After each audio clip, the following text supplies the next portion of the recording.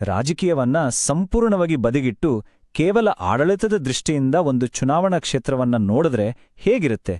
ನಾವಿವತ್ತು ಕನಕಗಿರಿಯನ್ನ ಅದೇ ದೃಷ್ಟಿಯಿಂದ ನೋಡೋಣ. ಇಲ್ಲಿನ ಮಣ್ಣು, ಇಲ್ಲಿನ ಜನ ಮತ್ತು ಮುಖ್ಯವಾಗಿ ಇಲ್ಲಿನ ಡೇಟಾ ನಮ್ಗೆ ಏನ್ ಹೇಳತ್ತೆ? ಬನ್ನಿ ಇದರ ಆಳಕ್ಕೆ ಇಳಿದು ನೋಡೋಣ. ನಮ್ಮ ಈ ವಿಶ್ಲೇಷಣೆಯಲ್ಲಿ ನಾವು ಕನಕಗಿರಿಯ ನೆಲದ ವಾಸ್ತವದಿಂದ ಶುರು ಮಾಡಿ ಜನರ ತೀರ್ಪನ್ನು ಅರ್ಥ ಮಾಡಿಕೊಂಡು ಭವಿಷ್ಯಕ್ಕಾಗಿ ಒಂದು ಸ್ಪಷ್ಟವಾದ ದಾರಿಯನ್ನ ಹುಡುಕ್ತೇವೆ. ಇದು ನಮ್ಮ ಪಯಣದ 5 ಹಂತಗಳು. ಸರಿ, ಮೊದಲು ನಾವು ಕನಕಗಿರಿಯ ಮಣ್ಣಿನ ಮಿಡಿತವನ್ನ ಅರ್ಥ ಮಾಡಿಕೊಳ್ಳೋಣ. ಇದೊಂದು ಗ್ರಾಮೀಣ ಪ್ರದೇಶ. ಇಲ್ಲಿನ ಜನರ ಬದುಕು, ಅವರ ಸವಾಲುಗಳು ಎಲ್ಲವೂ ಈ ನೆಲದ ಜೊತೆಗೆ ಬೆಸೆದುಕೊಂಡಿದೆ. ಕನಕಗಿರಿಯನ್ನ ಅರ್ಥ ಮಾಡ್ಕೊಳ್ಳೋದು ಅಂದ್ರೆ ಹಳ್ಳಿಗಾಡಿನ ಜೀವನವನ್ನ ಅರ್ಥ ಮಾಡ್ಕೊಂಡ ಹಾಗೆ. ಇಲ್ಲಿನ ಜೀವನೋಪಾಯ, ಋತುಮಾನ, ಮಣ್ಣು ಎಲ್ಲವೂ ಒಂದಕ್ಕೊಂದು ಬೆಸೆದುಕೊಂಡಿದೆ. ಅಂದ್ರೆ ಸುಮಾರು 92% ಜನ ಹಳ್ಳಿಗಳಲ್ಲೇ ವಾಸಿಸ್ತಾರೆ. ಇದರ ಅರ್ಥ ಇಲ್ಲಿನ ರಾಜಕೀಯದ ಬೇರುಗಳಿರೋದು ಹಳ್ಳಿಗಳಲ್ಲೇ ಅಂತ. ಇಲ್ಲಿನ ಮತದಾರರ ಸಾಮಾಜಿಕ ರಚನೆ ತುಂಬಾನೇ ಸಂಕೀರ್ಣ ಮತ್ತು ವೈವಿಧ್ಯಮಯ. ಸುಮಾರು 19% ಪರಿಶಿಷ್ಟ ಜಾತಿ, 4% ಪರಿಶಿಷ್ಟ ಪಂಗಡ ಮತ್ತು ಉಳಿದ 77% ಹಿಂದುಳಿದ ವರ್ಗಗಳು ಮತ್ತು ಇತರ ಸಮುದಾಯಗಳು.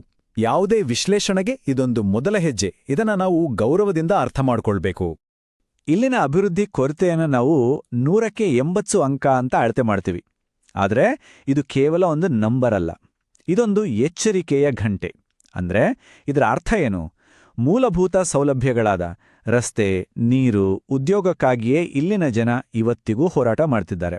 ಇದು ಇಲ್ಲಿನ ಕಠೋರ ವಾಸ್ತವ. ಕೊಟ್ಟಿದ್ದು ಅಭಿವೃದ್ಧಿ ಭರವಸೆ, ಆದರೆ ಜನರಿಗೆ ಸಿಕ್ಕಿದ್ದೇನು? ಡಾಂಬರು ಕಾಣದ ರಸ್ತೆಗಳು. ಮೂಲಭೂತ ಅಗತ್ಯಗಳನ್ನ ಪೂರೈಸ್ತೇವೆ ಅಂದಾಗ ಸಿಕ್ಕಿದ್ದು ವಾರಕ್ಕೊಮ್ಮೆ ಬರುವ ನೀರು. ಅವಕಾಶಗಳ ಬಗ್ಗೆ ಮಾತಾಡಿದಾಗ ಎದುರಾಗಿದ್ದು ಕೃಷಿ ಸಂಕಷ್ಟ. ಇದೇ ನಿರೀಕ್ಷೆ ಮತ್ತು ವಾಸ್ತವದ ನಡುವಿನ ದೊಡ್ಡ ಅಂತರ. ಇದನ್ನೇ ನಾವು ಕಲ್ಯಾಣ ಆಯಾಸ ಅಂತ ಕರೆಯೋದು. ಅಂದ್ರೆ ತಾತ್ಕಾಲಿಕ ಸವಲತ್ತುಗಳು ಸಿಕ್ಕರೂ ಮೂಲ ಸಮಸ್ಯೆಗಳು ಹಾಗೆ ಉಳಿದಾಗ ವ್ಯವಸ್ಥೆಯ ಮೇಲಿನ ನಂಬಿಕೆಯೇ ಹೊರಟೋಗುತ್ತೆ. ಜನರಿಗೆ ಬೇಕಾಗಿರೋದು ಭಿಕ್ಷೆ ಅಲ್ಲ, ಭವಿಷ್ಯವನ್ನು ಕಟ್ಟಿಕೊಳ್ಳುವಂತ ಅವಕಾಶ. ಈ ಎಲ್ಲ ಹಿನ್ನೆಲೆಯಲ್ಲಿ ಜನ ತಮ್ಮ ತೀರ್ಪನ್ನ ಕೊಟ್ಟಿದ್ದಾರೆ. ಆ ತೀರ್ಪು ಕೇವಲ ಒಂದು ಭಾವನಾತ್ಮಕ ನಿರ್ಧಾರ ಅಲ್ಲ, ಅದು ಸಂಪೂರ್ಣವಾಗಿ ಡೇಟಾ ಆಧಾರಿತ. ಈಗ ಆ ಸಂಖ್ಯೆಗಳು ಏನ್ ಹೇಳ್ತವೆ ಅಂತ ನೋಡೋಣ. 2018ರಿಂದ 2023ರ ನಡುವೆ ಆಗಿದ್ದೇನು? ಈ ಸಂಖ್ಯೆಗಳು ಒಂದು ಕ್ರಾಂತಿಯ ಕಥೆಯನ್ನೇ ಹೇಳ್ತಾ ಇವೆ. ನೋಡಿ, 2018ರಲ್ಲಿ 52% ಮತಗಳನ್ನ ಪಡೆದಿದ್ದ ಬಿಜೆಪಿ ಕೇವಲ 5 ವರ್ಷಗಳಲ್ಲಿ 36%ಗೆ ಇಳಿತು. ಅದೇ ಸಮಯದಲ್ಲಿ ಕಾಂಗ್ರೆಸ್ 44%ರಿಂದ 60%ಗೆ ಜಿಗಿದಿದೆ. ಇದು ಕೇವಲ ಒಂದು ಬದಲಾವಣೆ ಅಲ್ಲ, ಇದನ್ನೊಂದು ರಾಜಕೀಯ ಭೂಕಂಪ ಅಂತಾನೆ ಹೇಳ್ಬೋದು. ಮತದಾನದ ಪ್ರಮಾಣ ಸ್ಥಿರವಾಗಿದ್ರೂ 16%ಗಿಂತ ಹೆಚ್ಚು ವೋಟುಗಳು ಒಂದು ಕಡೆಯಿಂದ ಇನ್ನೊಂದು ಕಡೆಗೆ ಹೋಗಿದೆ ಅಂದ್ರೆ ಅದರ ಅರ್ಥ ಏನು? ಗ್ರಾಮೀಣ ಮತದಾರರು ಒಂದು ಬಹಳ ಸ್ಪಷ್ಟವಾದ, ಕಠಿಣವಾದ ಸಂದೇಶವನ್ನ ಕೊಟ್ಟಿದ್ದಾರೆ. ಇದು ಕೇವಲ ಸೋಲಲ್ಲ, ಇದೊಂದು ಸಂಪೂರ್ಣ ತಿರಸ್ಕಾರ. ಈ ಫಲಿತಾಂಶದಿಂದ ನಮಗೆ 3 ಸ್ಪಷ್ಟವಾದ ಪಾಠಗಳು ಸಿಗುತ್ತೆ. 1, ಗ್ರಾಮೀಣ ಮತದಾರರು ಆಡಳಿತ ಪಕ್ಷವನ್ನ ಸಂಪೂರ್ಣವಾಗಿ ಕೈಬಿಟ್ಟಿದ್ದಾರೆ. 2, ಅವರ ಬೇಡಿಕೆಗಳು ಇವತ್ತಿಗೂ ಮೂಲಭೂತವಾದವೆ: ನೀರು, ರಸ್ತೆ ಮತ್ತು ಉದ್ಯೋಗ. ಮತ್ತು 3, ಈ ತಾತ್ಕಾಲಿಕ ಯೋಜನೆಗಳ ಮೇಲೆ ಅವರಿಗೆ ನಂಬಿಕೆ ಹೊರಟೋಗಿದೆ. ಹಾಗಾದ್ರೆ ಯಾರು ಸೋತ್ರು ಅನ್ನೋ ಪ್ರಶ್ನೆಯನ್ನ ಪಕ್ಕಕ್ಕಿಟ್ಟು ಯಾಕೆ ಹೀಗಾಯ್ತು ಅನ್ನೋ ಪ್ರಶ್ನೆಗೆ ಉತ್ತರ ಹುಡುಕೋಣ. ಇದು ಒಬ್ಬ ವ್ಯಕ್ತಿಯ ವೈಫಲ್ಯದ ಕಥೆಯಲ್ಲ, ಇದು ಇಡೀ ಆಡಳಿತ ವ್ಯವಸ್ಥೆಯ ವೈಫಲ್ಯದ ಕತೆ. ಆಡಳಿತ ಸರಪಳಿಯ 4 ಮುಖ್ಯ ಕುಂಡಿಗಳು ಇಲ್ಲಿ ಮುರಿದು ಬಿದ್ದಿದೆ. ಮೂಲ ಸೌಕರ್ಯ ಜನರಿಗೆ ತಲುಪಲಿಲ್ಲ, ಕಲ್ಯಾಣ ಯೋಜನೆಗಳಲ್ಲೂ ಸೋರಿಕೆಯಾಯಿತು, ಹೊಸ ಉದ್ಯೋಗಗಳು ಸೃಷ್ಟಿಯಾಗಲಿಲ್ಲ. ಇದರ ಪರಿಣಾಮವಾಗಿ ಜನರ ಮತ್ತು ಕಾರ್ಯಕರ್ತರ ನಡುವಿನ ಸಂಪರ್ಕವೇ ಕಡಿತಗೊಂಡಿತು. ಯೋಚನೆ ಮಾಡಿ, ರಸ್ತೆ ಸರಿಯಿಲ್ಲ ಅಂದಮೇಲೆ ಯೋಜನೆಗಳು ಜನರಿಗೆ ತಲುಪುವುದು ಹೇಗೆ? ಯುವಕರಿಗೆ ಕೆಲಸ ಇಲ್ಲ ಅಂದಮೇಲೆ ಕಾರ್ಯಕರ್ತರು ಜನರ ವಿಶ್ವಾಸವನ್ನ ಹೇಗೆ ಗಳಿಸಕ್ ಸಾಧ್ಯ? ನೋಡಿ, ಮೂಲಭೂತ ಸೌಕರ್ಯಗಳನ್ನ ಕೊಡದೇ ಇರೋದು ಕೇವಲ ಆಡಳಿತದ ವೈಫಲ್ಯ ಅಷ್ಟೇ ಅಲ್ಲ, ಅದು ನಮ್ಮ ಸಂವಿಧಾನ ಪ್ರತಿಯೊಬ್ಬರಿಗೂ ಕೊಟ್ಟಿರುವ ಘನತೆಯ ಹಕ್ಕಿನ ಉಲ್ಲಂಘನೆ ಕೂಡ. ಸಾರ್ವಜನಿಕ ಜೀವನದಲ್ಲಿ ಇರೋರು ಜವಾಬ್ದಾರಿಯಿಂದ ಸತ್ಯದ ಆಧಾರದ ಮೇಲೆ ಮಾತಾಡಬೇಕು. ಇದು ರಾಜಕೀಯವನ್ನು ಮೀರಿದ ಒಂದು ನೈತಿಕ ಹೊಣೆಗಾರಿಕೆ. ಪ್ರತಿ ಚುನಾವಣೆಯೂ ಒಂದು ನೆನಪಿನ ಪರೀಕ್ಷೆ ಇದ್ದಾಗೆ.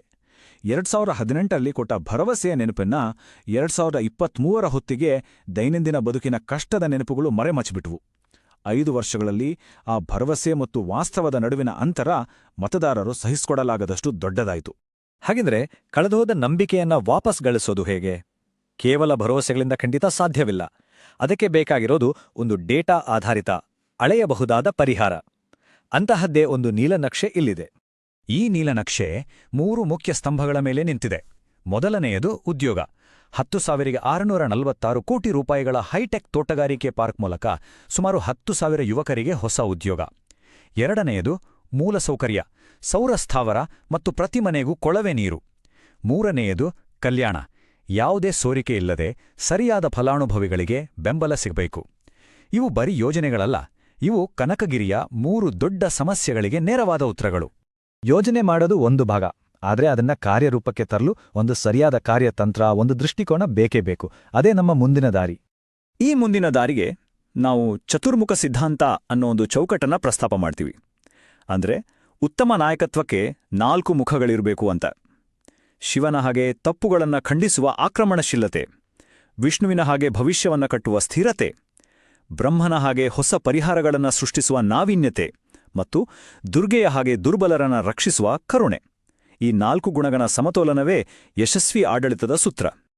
ಆದರೆ ನಾಯಕತ್ವ ಅಂದ್ರೆ ಕೇವಲ ಯೋಜನೆಗಳನ್ನು ಮಾಡೋದಲ್ಲ, ಜನರ ಜೊತೆ ಗೌರವದಿಂದ ಸಂಪರ್ಕ ಸಾಧಿಸುವುದು ಕೂಡ.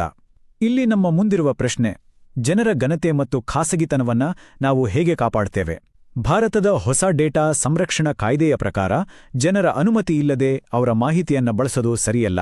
ನಮ್ಮ ಮೊದಲ ಆದ್ಯತೆ ಜನರ ನಂಬಿಕೆ ಮತ್ತು ಅವರ ಘನತೆಯನ್ನ ಕಾಪಾಡುವುದಾಗಿರಬೇಕು. ಕನಕಗಿರಿಯ ಡೇಟಾ ನಮಗೆ ಕೊಡ್ತಿರೋ ಒಂದು ಸ್ಪಷ್ಟ ಎಚ್ಚರಿಕೆ ಇದು. ರಾಷ್ಟ್ರಮಟ್ಟದಲ್ಲಿ ಎಷ್ಟೇ ದೊಡ್ಡ ಬ್ರ್ಯಾಂಡ್ ಇದ್ರೂ ಸ್ಥಳೀಯ ಮಟ್ಟದಲ್ಲಿ ಅಂದ್ರೆ ಕೊನೆಯ ಹಂತದ ವಿತರಣೆ ವಿಫಲವಾದರೆ ಜನದನ್ನು ಒಪ್ಪೋದಿಲ್ಲ. ಆಡಳಿತ ವಿರೋಧಿ ಅಲೆ ಅನ್ನೋದು ಅತ್ಯಂತ ಶಕ್ತಿಶಾಲಿಯಾದದ್ದು. ಕೊನೆಯದಾಗಿ ನಮ್ಮ ದೃಷ್ಟಿ ಬಹಳ ಸ್ಪಷ್ಟವಾಗಿದೆ. ಆಡಳಿತವನ್ನ ರಾಜಕೀಯವನ್ನ ಮೀರಿ ಒಂದು ನಿಖರವಾದ ಇಂಜಿನಿಯರಿಂಗ್ ಶಿಸ್ತಿನಂತೆ ನೋಡಬೇಕು. ಇದರ ಗುರಿ ಒಂದೇ: ಉತ್ತಮ ರಸ್ತೆ, ಶುದ್ಧ ನೀರು ಮತ್ತು ನೈಜ ಉದ್ಯೋಗಗಳನ್ನು ನೀಡಿ ಜನರ ನಂಬಿಕೆಯನ್ನ ಮರಳಿಗಳಿಸೋದು. ಜನರ ಮಾತನ್ನ ಕೇಳೋದೇ ಇದರ ಮೊದಲ ಹೆಜ್ಜೆ. ನಿಮ್ಮ ಕ್ಷೇತ್ರವನ್ನು ಡೇಟಾ ಆಧಾರಿತ ಮತ್ತು ಜನಕೇಂದ್ರಿತ ಆಡಳಿತದ ಮೂಲಕ ಉನ್ನತೀಕರಿಸಲು ನೀವು ಬಯಸಿದರೆ blueprintstrategies.ai ಅನ್ನು mgr@blueprintstrategies.ai ನಲ್ಲಿ ಸಂಪರ್ಕಿಸಿ ಅಥವಾ 08042041602ಗೆ ಕರೆ ಮಾಡಿ. ನಮ್ಮ ಉದ್ದೇಶ ರಾಜಕೀಯವನ್ನು ಮೀರಿದ್ದು